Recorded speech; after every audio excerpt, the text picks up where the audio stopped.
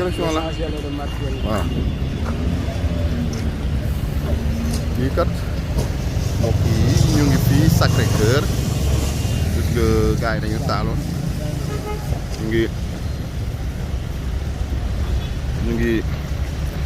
ñu ngi nii di attention di libérer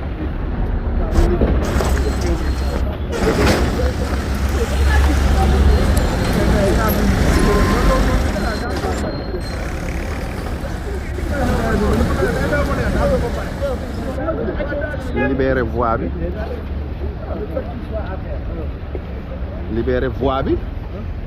ma ne ko gaañ ñi fi mu toll nii dañu taaloon ay pneu ñu ngi libérer voie bi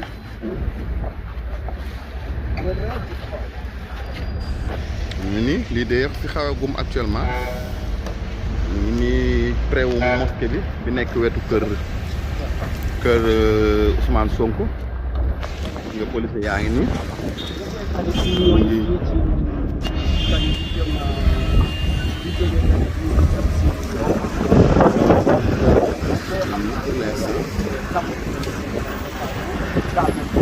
am na lu ñu daal waaw fekku la ay mu ngi noonu waaw bi waaw gis nga ñu ngi koy fëcc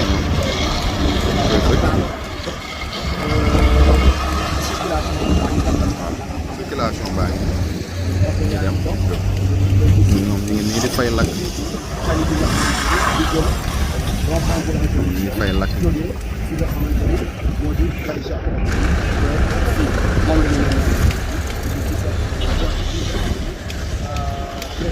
gendarme yaa ngi nii libéré nañ voie bi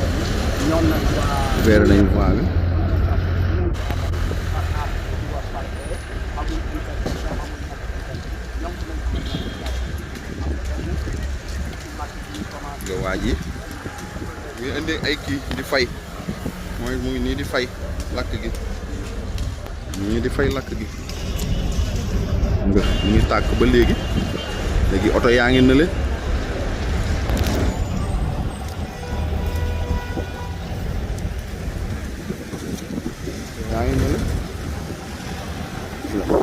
oto yaa ngi dem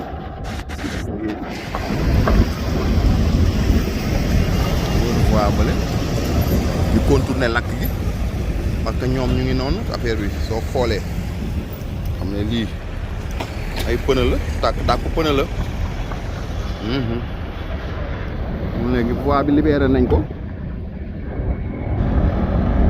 léegi boo xoolee fële ci kanam takk der yaa nga fa ñu fële ñële takk der yaa ngi foofu moo nekk ci rond point bi waaw pour l'instant daal lii moo fi xewagum léegi lañ taal fii waaw léegi nag ñun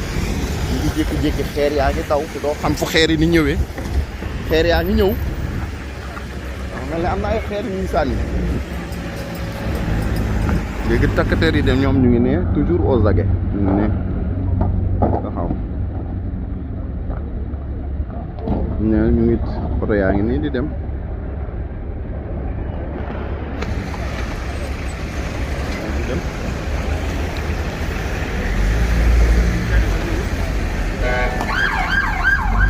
léegi nag ñoom ñu ngi progressé ndànk-ndànk ñu ngi progressé dem na le côté lakk gi pour oto bi mu ngi dem di wër di xool seen ginnaaw qu'est-ce qui se passe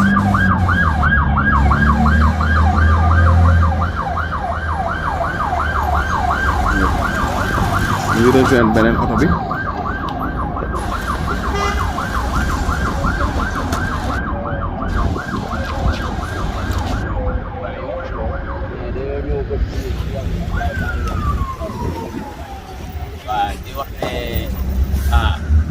nguur gi rek di entre nguur gi pour ñu dimbali ñu rek toujours dañuy jàppale rek surtout ñun jeunesse bi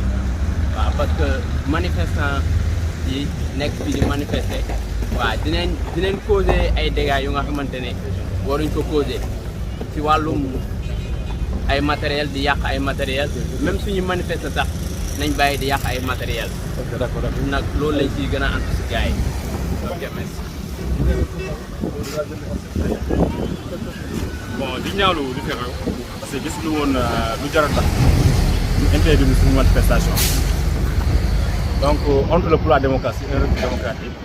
tey Sénégal ne mérite pas ça depuis presque 10 ans lii nii am fi tey ñu ngi ko doon xeex 2022 amaat ñuy xeexaat les mêmes actes démocratiques et je pense que le président de la République a échoué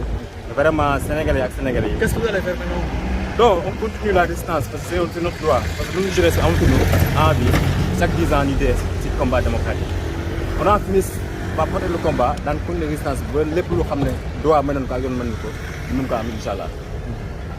jërëjëf. Ok, merci beaucoup. Merci. yow yaay kan. waaw man maa ngi tudd Assane Thiombane.